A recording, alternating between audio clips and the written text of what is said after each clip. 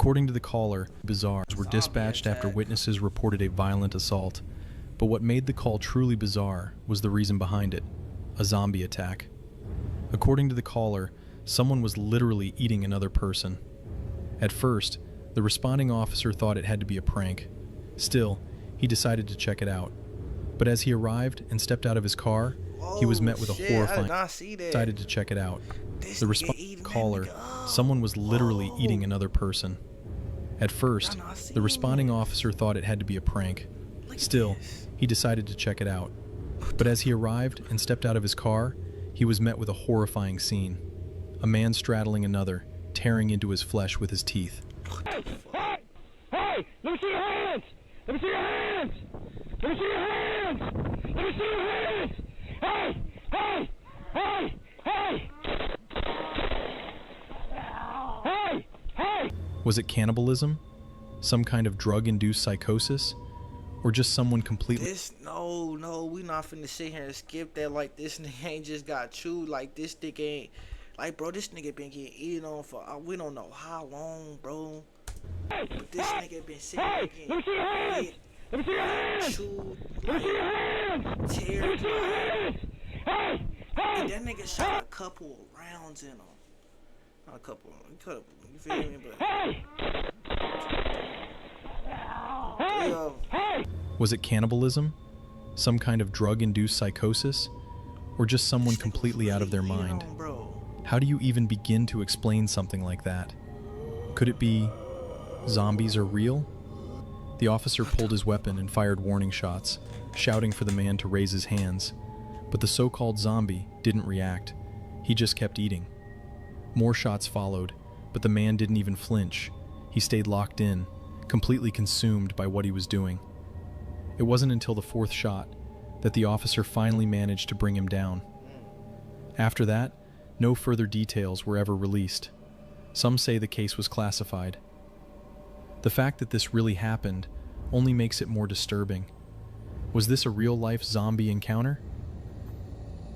This video was released on the official website of the Texas Police Department. We see two officers chasing a car. The suspect crosses the road, realizing they can't escape from the police, and stops. When the officers reach the car they were pursuing, they notice something strange.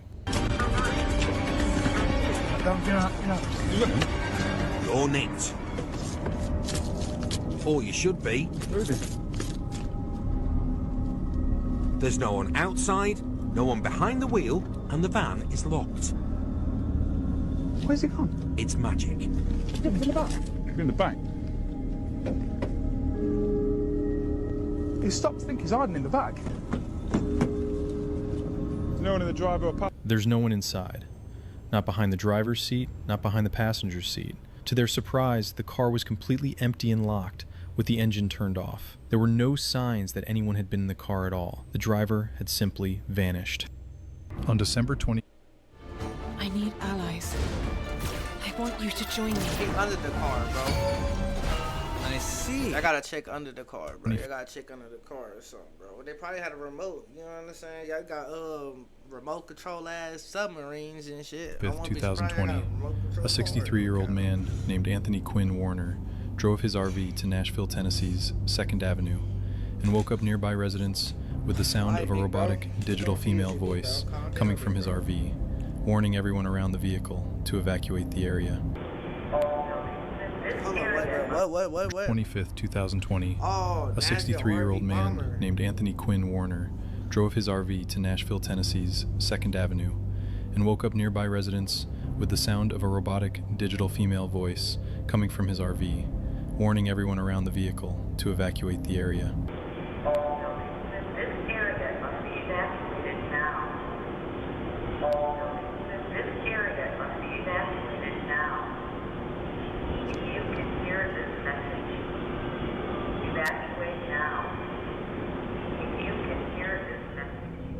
Soon, the female voice repeatedly mentioned that the RV was going to detonate, and a little after 6 a.m., the voice became more and more insistent, announcing that the vehicle would detonate in 15 minutes.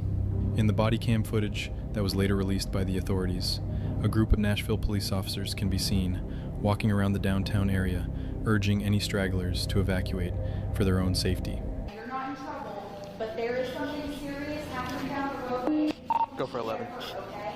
Do you mind going down to Second and Where do they need to go when they are evacuated? This is real serious, dog. That's so weird. That's like something out of a movie. Like the purge? Yeah. Talking about it's like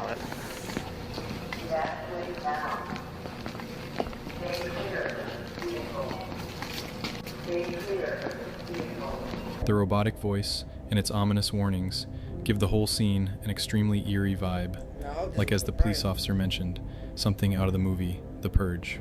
Strangely, the RV also broadcasted snippets of the 1964 hit song Downtown by Petula Clark, which is a song about how, if you're ever feeling sad or lonely, you should go downtown and you'll feel better in the hustle and bustle of the city.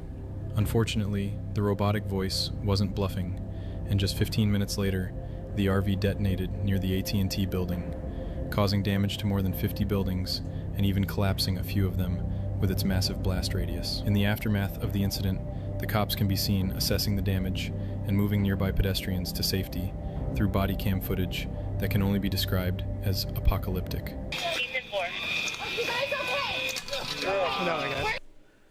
no, bro, that's crazy.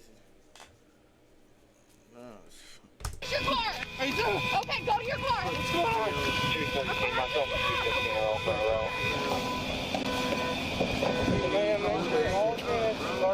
was he in the car? Don't need anybody coming up and checking out any clothes. You okay? Yeah, I'm good, man. I appreciate it. Even though the explosive inside the RV was extremely powerful, the cops managed to evacuate most of the nearby residents, and thankfully nobody outside the RV lost their lives. Although 3 people were injured and had to be hospitalized after the vehicle incident, the only person who lost his life was Anthony Warner himself, who was still inside the vehicle at the time of the detonation. After the incident, the authorities started digging deep into Anthony's past to figure out what could have caused him to do something so insane, and what they found was pretty disturbing. As it turned out, Warner was pretty much a paranoid loner, obsessed with conspiracy theories about shape-shifting alien lizards that were trying to take over the world. It was also revealed that 16 months before the explosion, Warner's girlfriend had called the cops to report that Anthony had been building explosives inside the RV outside their home. Even more disturbingly, less than a week before Christmas, Warner's neighbor had reportedly asked him if Santa was going to bring him anything good for Christmas, to which Warner replied, "Oh yeah, Nashville and the world are never going to forget me." But despite the clear desire for attention, the cops never managed to truly figure out Warner's motive, and it was eventually concluded that he probably didn't want to hurt anyone, and that a fatal cancer diagnosis, mixed with other factors, had contributed to Warner's declining mental health. I don't understand why he did that, bruh. Wish you could have been still here and shit, man. We could have been talking about the little conspiracies and shit, gang. But man, a little short video today. 10 likes, man. 10 likes. Y'all get me out.